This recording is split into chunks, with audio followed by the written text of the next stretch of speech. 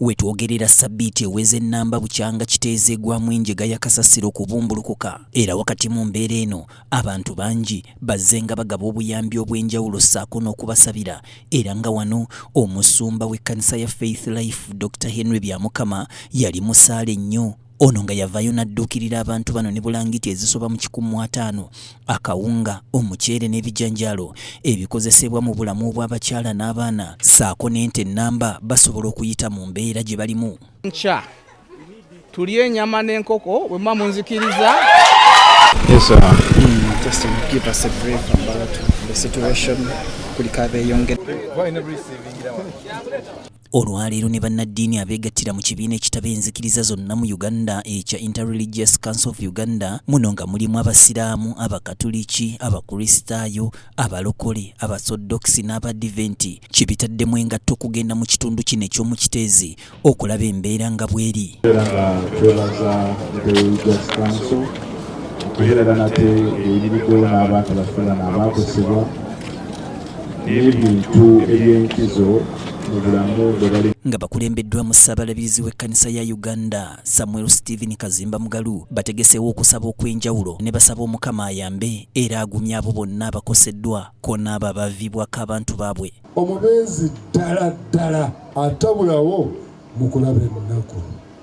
Kale Mukama beera ekiddukiro kya buli muntu yenna ali wano, buli muntu eyakoseddwa na buli muntu awulidde yongera okukoma ku bantu, buli muntu afeeyo okubaako kyayinza okukola, okubaako kyaleeta oba mu kusaba oba mu kukola ki. Buli muntu era tusaba n'emirembe gyo Katonda gisinga okutegeerwa kwonna gikume emitima gyaffe n'amagezi gaffe kinoomu naddala abantu abali wano bonna.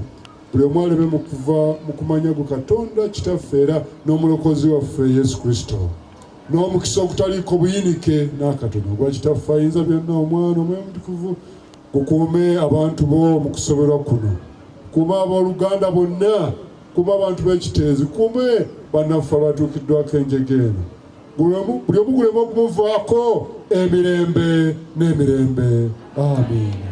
Mu kwogerako ne bannamawulire bano basabye gavumenti nti abantu bano basaana balabirirwe bulungi kubanga kye baali beetandikirawo kifudde ttogge. Ne beeterawo akasiisira abaga nti obulamu bwaffe tujja kuwummulira wano naye kakati akakapa gasaanyeewo kiki ekiddako. Wandyagadde abantu bano balabirirwe okusinga nga bwe bali kati.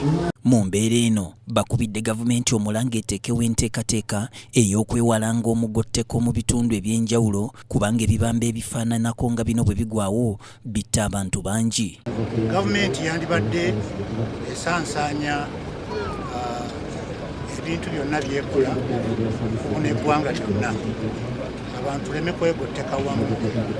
Wabuli twegotteka awamu bwetuzi ebizibu ebifaanana nga bino ebyakasasiro tebiyinza kukoma. Dr. Moses Odongo ne Andrew Lugoloobi okuva mu kibiina ekitaba enzikiriza y'abalokole bakalaatidde gavumenti okuteekawo enkola ey'okwongera ng'omutindo ku kasasiro ono abeere wa mugaso mu kifo ky'okuŋŋooŋako enswera. Babaddewo plan y'okuteekamu recyclement center here in Kiteezi. So ekyo plan kyaluddeyo eteekebwawo. So kiviiridde kati abantu okufaana okufiira ebintu byabwe. So gavumenti kobola gavumenti okulaba nti tebalwawo okukola ebintu ebitagesa okuteeka mu kifo, okulaba nti tutaasa abantu baffe, tutaasa ebintu, tutaasa n'eggwanga lyaffe ku bintu gabe bino bisobola okubeerawo.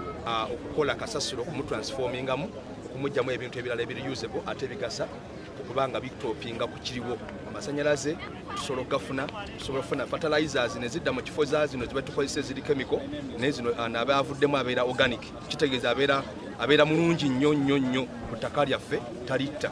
Ate bwe tuba tufunyemu ethanol gaba gafuuka amafuta, kiba kitegeeza tutopinga ku mafuta gano ge tulina. Bwe tuba twogera ku bintu ebirala bitusobola okugyamu nga gaasi, ekimu ku bitutawaanya nti gaasi kamasanyalaze gali costly, mazibu gakozesa ate n'enku nazo tekikyasobola kukoleka kubanga era baninze n'okukola ki okukozesa amanda.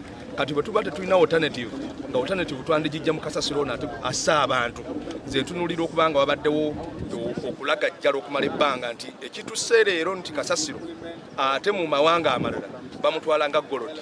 Yessabawandiisi w'ekibiina kya Religious Council Kitaakule Joshua asuubizza nga bwe bakyagenda mu maaso n'okusakira abantu bano era bw'atyo n'akoowoola abazira kisa bonna baveeyo bayambe. We are also, as Interreligious Council of Uganda, we are doing our advocacy. We are trying to approach many people to see to it that they continue to support. I also want to encourage other people, non-government organizations, international agencies, to come to the rescue of these people. Wano nno we basinzidde ne basaba omutonzi ayingire mu nsonga eno kubanga esusse obw'omulamuzi. Abaana abamu bayonka, abamu bagenda ku ssomero, abakyali mbuto bakosebwa bya nsusso. Tusaba Allah ayingire mu nsonga eno. Ow'ebyamawulire mu kitongole ky'omusalaba omumyufu ekya Red Cross John Cliff Wamala alambuludde ku mbeera eri mu nkambi. Leero twasuzizza abantu 36. Wano tulinako abaana 58, tulina abakyala 29 n'abasajja 73. Tulinamu bannaffe abakuliridde mu myaka nabo nga bali ku nnamba eyo bali 10. Ate wakyaliwo tukyajjanjaba ttiimu yaffe beekyekenneenya abakyali n'ebiwundu. Ne poliisi ya Uganda nayo bw'eti evuddeyo n'etangaaza ku mbeera eri mu kiteezi era n'ekakasa nti we tukoledde emboozi eno emirambo 34 omugatte gye gyakaziikulwa. Wano fenga operational team abali wano ku ground tukyali wano kubanga naawe ojja kulaba nti waliwo abantu abamu bafiiriddwa abantu baabwe ate tetunaba kubajjayo bakyali wano bakaaba tetusobola kuvaayo mpaka nga tumaze okuzuula oba okujjayo. Mu mochare yaffe twakakolako emirambo 34 nga kwejo 32 bananyini babafu babakimye ne babatwala naye wakyaliyo emirambo 2 gye batanaba kujja kukima, ogumu gwa musajja mukulu omulala gwa mwana muto. Kati Sabiti eweze nnamba bukyanga ekikangabwa kino kigwawo mu bitundu by'omu kiteezi era nga bangi essuubi libaweddemu eri okusangayo omuntu yenna ng'akyalimu akasa mu mayumba agaaziikibwa.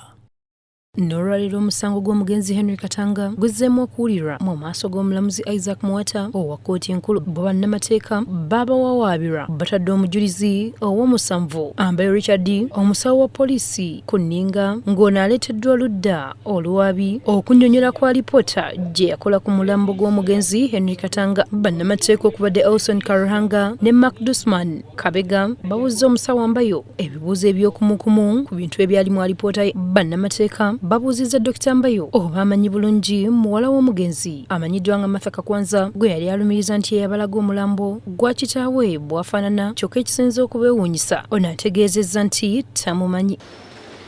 I want to put it to you that Martha Nkwanzi Katanga did not identify the body, and that is a deliberate falsehood. We have evidence because this body is signed from the mortuary. We do not release bodies without. So that can be. Know for a fact that she identified the body. She identified the body. And you are basing that off of the fact that she signed for the body at the mortuary. Identified and signed for the body.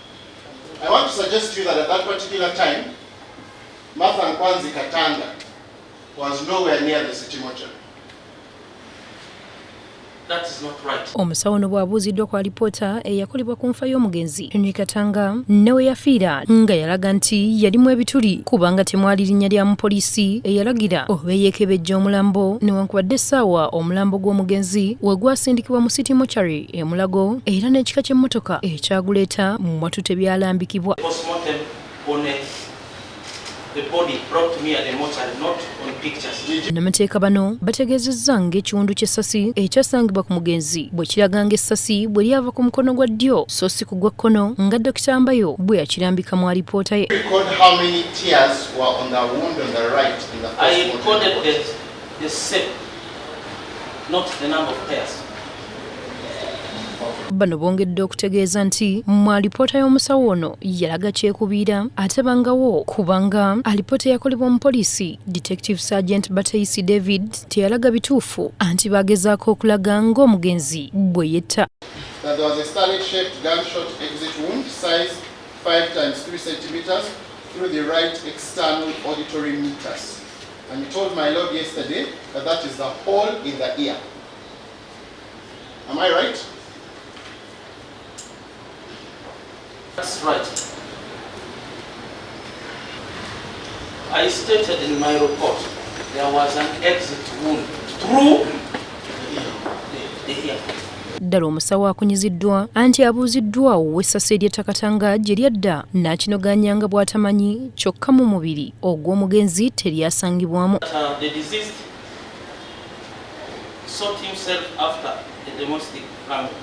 So the allegation before you was that the deceased shot himself. I did have an idea. You didn't read this form. You didn't read this form. I was not at the scene. Ono era bamutaddeko n'omusango ogw'okusomola alipoota eri bannamawulire abamu kw'ossa n'abasirikale ba UPDF babiri ekyaviirako abamu ku b'eŋŋanda z'omugenzi Katanga okutandika okwesongamu ennwe wabula nga kino Dr. Mbaya akyeganye. My lord, he is not right. Ne bagenze mu maaso n'okukuba ebituli mu alipoota ye ne balaga n'emiwaatwa egiri mu bifaananyi ebyakubwa omulambo nti nga bwe kutali nnaku za mwezi wadde okulaga ekifo w'ebyakubibwa. Yes. This is the auditory meatus. Omulamuzi Isaac Muwata kkooti n'agyongezzayo okutuusa ng'ennaku z'omwezi 27 omwezi guno era okuwulirwa ku kyagenda mu maaso.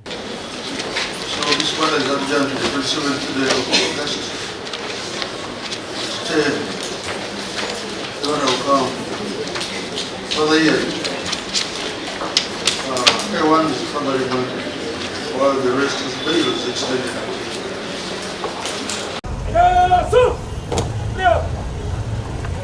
Akabanga keekulungudde nga poliisi evuddeyo n'eggalawo poliisi post obuwerera ddala ku kiragiro ky'omukulembeze w'eggwanga ekyokunyweza ebyokwerinda ku magombolola mu mwaka gwa 2019. Kino kyakolebwa okulaba ng'ebyokwerinda binywezebwa mu kiseera nga poliisi post za Uganda zaali zisusse okulumbibwa entakera okukolebwako obulabe. Kale abatamanya ngamba ne babuukawo n'ebyokulwanyisa omuli emmundu n'amasasi nga kw'otadde n'okutta abasirikale. Mu Kampala n'emiriraano omuli Wakiso Mukono, bupoliisi obusukka eyo mu 10 bwaggalwawo ng'okwetooloola eggwanga lyonna. Bupoliisi obuwerera ddala 1600 bwe bwaggalwa newankubadde nga bangi ku bannayuganda baawulirwa nga balaajana olw'obumenyi bw'amateeka bwe baali beeraliikirira nate okuddamu ate obwali bulinnyiddwa ku nfeete. Naddala babyale babbira ku luguudo luno Butikiro Road luguudo lufu nnyo nnyo babbirako boda nange kenyini ayogera nina n'enkovu eziraga muno bali bagezezaako okuntwalako piki nenwanagana n'abavubuka babiri. So many criminals around.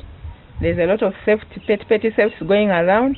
So right now we are under risk. Kindly asking they should bring back the police post that was taken away, that it has led to much insecurity. Sekama wa Police Assistant Commissioner of Police Rusoke Kituma azzeemu okukinoganya nti waliwo ensonga ezaaluma kino. Ekigendererwa ekyasooka kyali kiva ku kintu ekisooka nti waliwo we twali tulina abapoliisi ng'osanga tulina omupoliisi ogwo.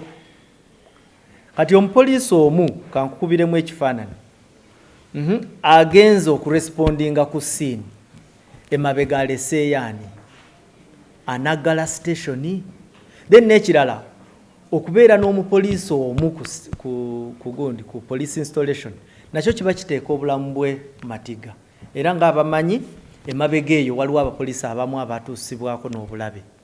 So tuba tulaba nti okubeera n'omupoliisi omu ku gundi ku station tekigasa. Wabaddewo essuubi nti bupoliisi posti buno bwandiddamu nate ne buggulwawo, naye leero mu kwogerako eri bannamawulire ku kitebe kya poliisi e Naggulu, Sekama wa poliisi ategeezezza nga bwe kyandyetaazizza poliisi posti zino okubaawo, naye ekyamazima ensimbi zibeekubya mpi. Naye tekitegeeza nti eyo tetujja kutuukayo. Tujja kutuuka ekiseera tusembeze poliisi okusinga ne weeri wano mu bantu eyo wansi, naye ebyo bitambulira ku nsawo. Ensawo gye twogerako yensawo omanyi mu luzungu tulina kye tuyita resources. Mu resources ezimu waliwo kye tuyita human resource abantu.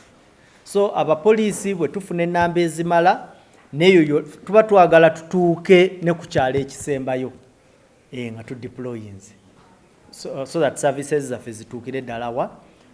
Kino kijjidde mu kiseera ng'abasirikale beemulugunya ku nsimbi ezibaweebwa ng'abamu bagamba nti newankubadde nga balagirwa okwongerwa ku nsimbi oba kale tukayita akasiimo wabula ne gye buli eno bano bagamba nti bafuna nsimbi za munnyoto ddala ezitasobola yadde okubayamba okwekulaakulanya mwana kusasula nnyumba kale n'okusasula fiizi z'abaana. Bw'abuuziddwa okutangaaza ku nsonga eno Sekamo wa poliisi Lusoke Kituma alumye ejjiiko nti bino bya mu nju era tebitottolwa. Teboogera bulungi akasaala tekajja bulungi ka increment.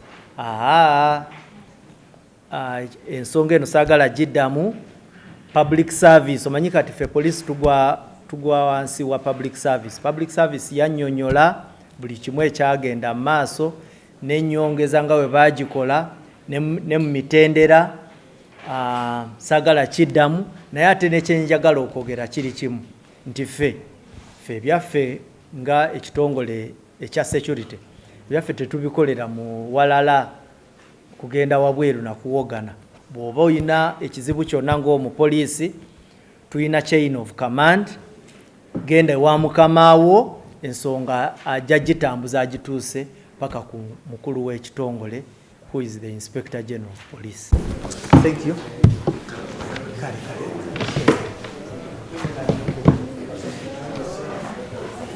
Zibadde ziwera 10 nga bukyeza okunkya mmotoka namba UBM 673K eyambalaganye ne bbaasi ya Gateway namba UBQ 621Z ku luguudo lw'Embarara okudda e Masaka. Sekamo wa poliisi y'ebidduka Michael Kananura akakasizza akabenje kano kyokka kitadde ku mugoba wa bbaasi kale kwagala kuyisiza ku sipiidi ennyingi ate mu bukyamu. Omugoba w'eno emmotoka n'agezaako okubanga ayisa emmotoka ezabaddewo ennyingi era kwe konagana n'omugoba ow'emmotoka eya Fuso eyabadde aviira mu opposite direction oba eyabadde nga ava side ez'e Masaka ng'adda ekyezanga. Era akabenje kano ke kaviiriddeko okufa kw'abantu 6 abafiiriddewo omuli n'omugoba wa bbaasi ate ne kakosa n'abalala 37. Akabenje kano kongereza ku obwo obwabaddeyo wiiki ewedde okuva ng'ennaku z'omwezi 11 okutuuka nga 17 mu Wakanya w'omwaka guno. Poliisi y'ebidduka mwetegereza nga bwe bafunye abantu 76 abafiiridde mu bubenje ate nga 355 bakoseddwa n'ebisago eby'amaanyi. Mu bantu 76 abafudde 24 babadde bagoba ba pikipiki, 17 babadde bakozesa bigere ku nguudo so nga 6 babadde basaabaze ku pikipiki kyokka nga 5 ku bo babadde bagoba ba motoka. Kananura atutegeezezza nti 5 babadde bagoba ba bugaali ate nga abantu abalala 4 n'abasaabaze 3 nabo tebaalusimattuse. Sekamo wa poliisi y'ebidduka atutegeezezza nti abantu ba bulijjo be basinze okufiira mu bubenje buno. Bakolesa ebigere ku nguudo n'ab'obugaali era bano bakola ebitundu 85 ku 100 ku bantu bonna abaafa mu Ssabbiiti ewedde.